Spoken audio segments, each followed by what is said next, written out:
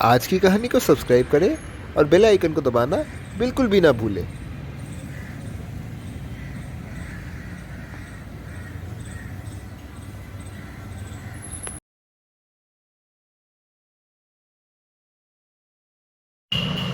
यहाँ पर एक औरत थी। वह बहुत दिनों से संतान की मांग कर रही थी। एक दिन वह एक परी से मिलती है और अपनी संतान की मांग करती है। वह परी उसे संतान प्राप्त करने की उपाय बताती है। वह परी उसे चूज़ों का चारा खरीदने तथा उन्हें खिलाने को बताती है।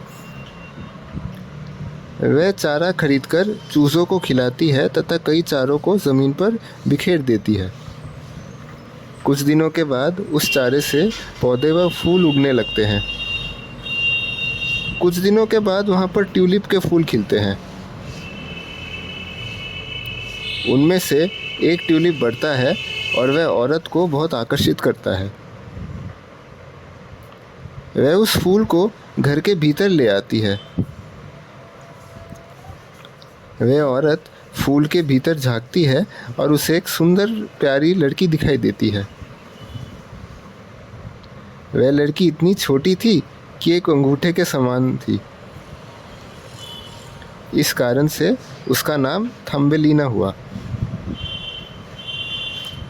थम्बेलिना को एक कटोरी में पानी भरकर एक कागज़ की नाव पर उसे बिठाया गया। मध्य रात्रि में एक बड़ा मेंढक खिड़की के निकट प्रकट होता है। उस मेंढक को थम्बेलिना प्यारी लगती है। वह उसे अपने छोटे पुत्र के लिए सही साथी समझने लगता है। वह मेंढक थम्बेलिना को निद्रा अवस्था में अपने राज्य में ले चलता है।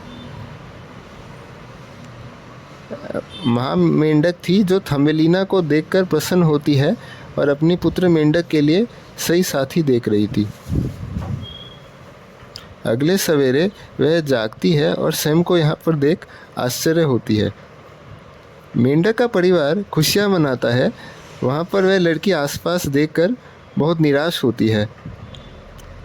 वह बहुत अकेली एवं निराश थी। मेंढक लड़की को उनके पुत्र से मिलाती है और उसके संग विवाह करने को कहते हैं। वह छोटी लड़की किसी प्रकार से उस परिवार से बचने का प्रयास करती है। वह फूल के पत्ते को नाव के रूप में सवार होकर आगे बढ़ती है। वह नाव से नदी के आगे बढ़ती जाती है और वह तितलियों के झुंड से मिलती है। अंत में एक तितली उसके पत्ते रूपी नाव में जाकर बैठ जाती है। तितलियों को थम्बेलिना बहुत प्यारी लगती है, इसलिए वे तितलियाँ उसका अनुसरण करते हैं। थम्बेलिना अब खुश थी। वह मेंढक के राज्य से बहुत दूर आ गई थी।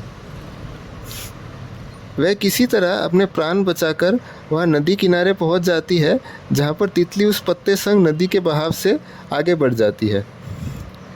थम्बेलिना उस वन में चलना शुरू करती है। वह वन से गुजरती है, तभी उसे थोड़ी आगे एक चूहों का बिल दिखाई देती है।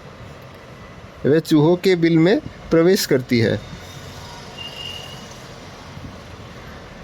सभी चूहे उस प्यारी व सुंदर लड़की का स्वागत करते हैं। वह गाना गाती है व उनके संग मौज मनाती है। अगले सवेरे को थम्बेलिना चूहों संग उस बिल से बाहर निकलती है। वह एक खुले मैदान में पहुंचती है। एक पक्षी उससे मिलता है और कहता है, मैं सर्दी से बचाव के लिए पश्चिमी इलाकों में जा रहा हूँ, क्या तुम मेरे साथ चलोगे? थम्बेलिना उसके संग उड़ान के लिए तैयार हो जाती है और पक्षी उसके संग उड़ान भरता है। वह पक्षी उसके संग बहुत दूर दूर तक उड़ान भरता है। वे एक जगह को पहुंचते हैं जहां बहुत हरियाली होती है। वहां बाग बगीचा और एक महल होता है।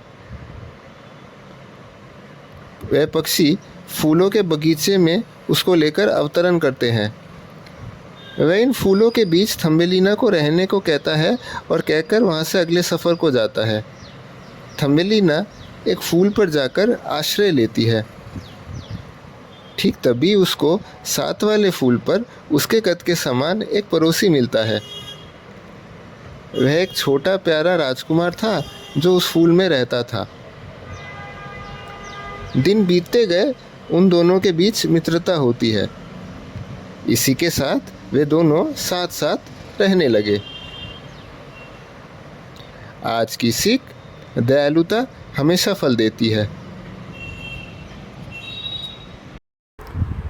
अगर आपको आज की कहानी पसंद आई हो तो कहानी को लाइक करें, इसको शेयर करें और चैनल को सब्सक्राइब करें। नमस्कार।